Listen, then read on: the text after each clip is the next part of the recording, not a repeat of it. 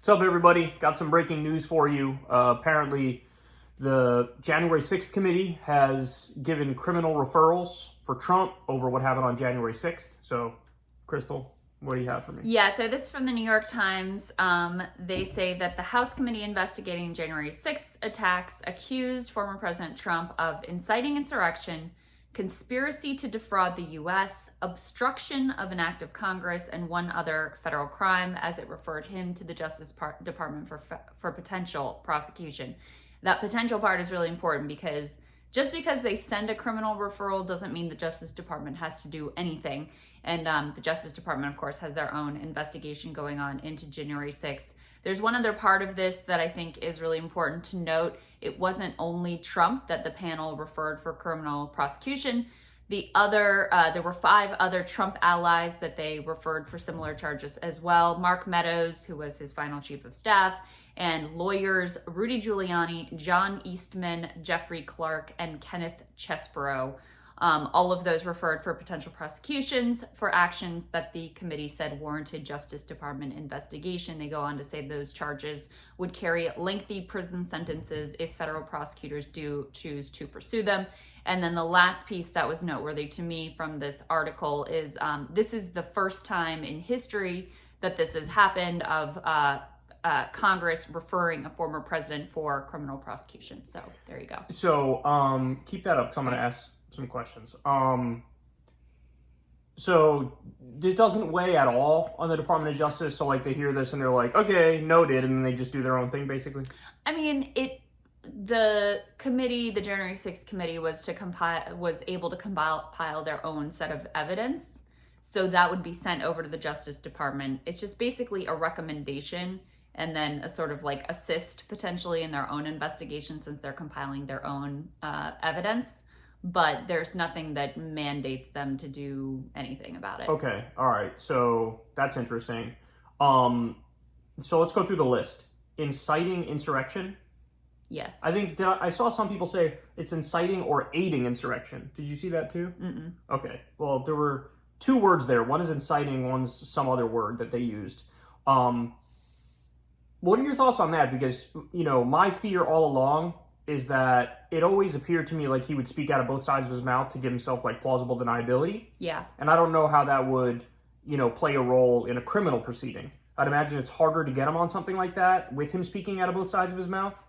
Yeah, I think that's the one where he gave the speech. Free speech and First Amendment concerns become complicating because right. Yeah, I mean, okay, so he sends out a tweet, which actually I think happened, you know, exactly like on this date in that year, where he's like, "Come to the Capitol, come to DC, it's gonna be wild," and then he gives this speech encouraging people to march to the Capitol, but he throws in there like, "Be peaceful."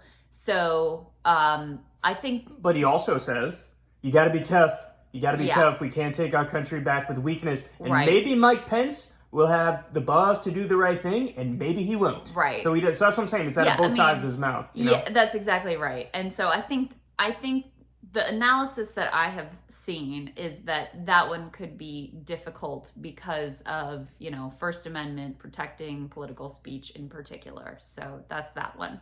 The one that I have read would probably be the most likely to succeed is this obstruction of an act of Congress. You know, based on, he took affirmative acts to try to block the appropriate, you know, electoral votes from being certified and trying to block Mike Pence and encouraging people to block Mike Pence and all of that stuff. That seems like potentially the easiest, most clear-cut of these charges. And then conspiracy to defraud the United States. I'm not sure I understand that one. But I'd love to know their specific legal argument because in the process of these hearings, one of the things we learned is that Trump and his team raised $250 million to stop the steal from his people, and then they took that money and basically none of it went towards stopping the steal. Right. So to me, that's like you just defrauded your own supporters. That's not, but they're not talking about that. They're talking about something else there. I think it could be related to the fake elector schemes, potentially. But isn't there a separate case in Georgia going on about that right now? Yeah, but there can easily be overlap. Okay, Okay. there, because Okay. I mean, again, this is not an indictment. It's not a prosecution. It's a recommendation based on their investigation of what sort of charges should be filed. Okay. And no charges have been filed against the former president thus far. So there can easily be overlap in some of these potential charges. So that might have to do with the fake elector scheme. The analysis that I saw a while ago about that one is that it had potential, but it would be a sort of novel application of that law. And usually prosecutors, especially, government prosecutors, tend to be very conservative in their approach, don't like to test out new and novel applications of statute. And this is not related to the special prosecutor, Jack Smith, world's most generic name. Yes. Who's going after him for the top secret and classified documents, which is a totally separate case. He is not only looking at the top secret and classified stuff. Jack Smith is also looking at, the January 6th investigations are part of what Jack Smith is reviewing as well. It's not exclusively the classified doc piece. So do you think the fact that there's so many of these charges on various things, do you think that makes it more likely or less likely that there's going to be accountability and that he's going to be taken down?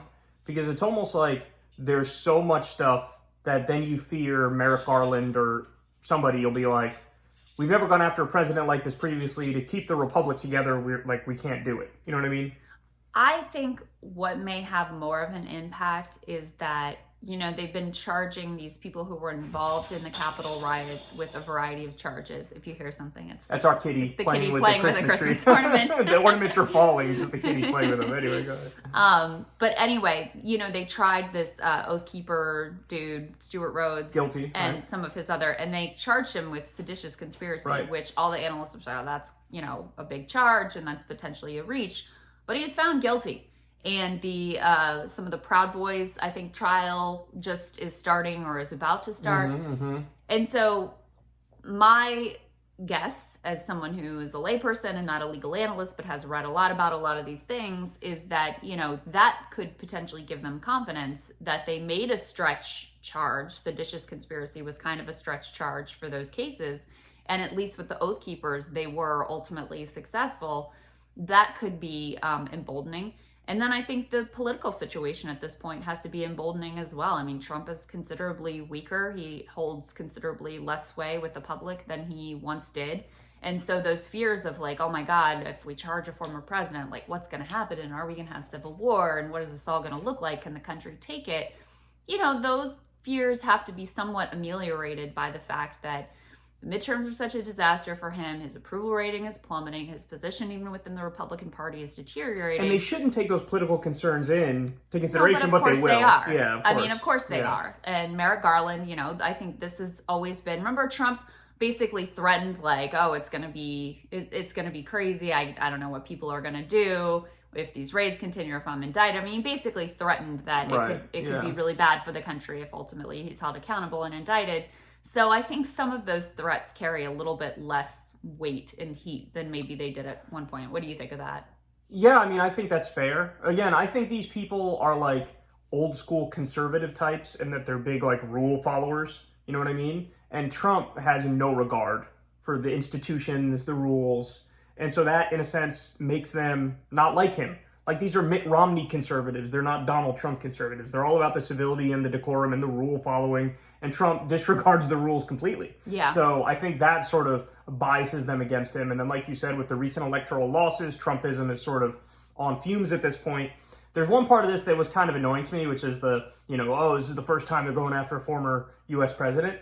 The reason why that's annoying to me is because, like, every U.S. president post-World War II at least is a fucking war criminal. And like those just nobody cares about those crimes. But I figured it out because I was, George W. Bush and Dick Cheney and that administration are the clearest criminals of all time. Torture, illegal spying, illegal wars, like just so many things that were brazenly illegal. But the reason why the establishment did not care about that and didn't go after him for that is because that had no ramifications for us here at home.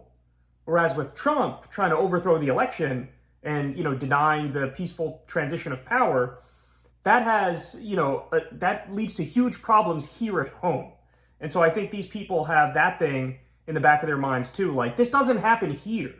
And this guy did this thing here. Whereas George W. Bush was just killing Iraqis. You know what I mean? Well, and also, I mean, what percentage of the Democratic Party was complicit in his crimes? Right, so it was the entire establishment to one extent or another, yeah. Nancy Pelosi is really going to move forward with, holding him to account when you're looking at how many of them voted for it, how many of them went along with the Patriot Act, all of it. I mean, we're almost all of them were basically complicit in it. So it definitely behooved them to say, let's not focus on the past. Let's just move forward and pretend like none of that actually happened. Yeah. So anyway, interesting stuff. We'll see if it leads to anything, but we've seen the guilty verdict for a $1.6 million, I think it was, dollar fine for Trump's business in New York. There was a criminal case. We're seeing the ongoing $250 million civil case brought by Letitia James against Trump in New York. We're seeing the Jack Smith special investigation over the top secret and classified documents and some other things. We're seeing the investigations in Georgia ongoing now as well. And now you have the January 6th committee actually making criminal referrals when I previously thought they weren't even going to do that. Yeah, I thought it was just a show trial, basically. The other thing that is sort of hanging out there this week is the House has now some of Trump's tax returns, like 6 years of his returns that they've been trying to get their hands on for years and years. Right, I forgot about that. And that'll show a whole bunch of business crimes that can be used against him in that way. So all his appeals there have been exhausted. They actually have them, and now they're trying to figure out what they want to do with them. So that's the other piece that's kind of hanging out there. And that's funny you point that out, because I've always maintained that's where the real meat is with his crimes, is that he was a run-of-the-mill business criminal. Tax fraud, insurance fraud. Look what he's doing with NFTs right now. Exactly. And classic. He was in real estate in New York City in the 1980s. It is literally impossible to do that without mob connections. I mean, and what else did you do with the mob if you did these sorts of deals with the mob? You know what I'm saying? Like, absolutely. Yeah. Well, money laundering, shit like that. I'm sure he's dirty in that way. There's this on the NFTs thing. There's this amazing clip of him after his wife put out an NFT or an NFT collection or whatever. And so this wasn't that long. It was like a year ago. And he gets asked by Maria Bartiromo, like, well, what do you think about crypto? And he's like, it could be a disaster. It could be an explosion, a collapse like we've never seen before. So like he knows it's a disaster and a scam and a con basically, but doesn't stop him from trying to get in on the action and cash in himself. And this when he was president, he says, I believe in a thing called the US $1. Yeah.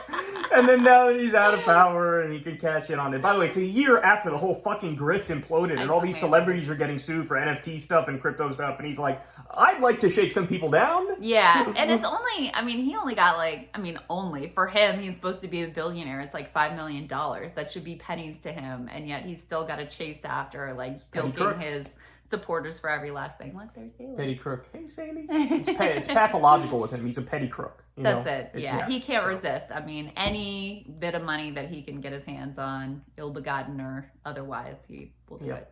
All right. There you go, guys. We'll talk to you later.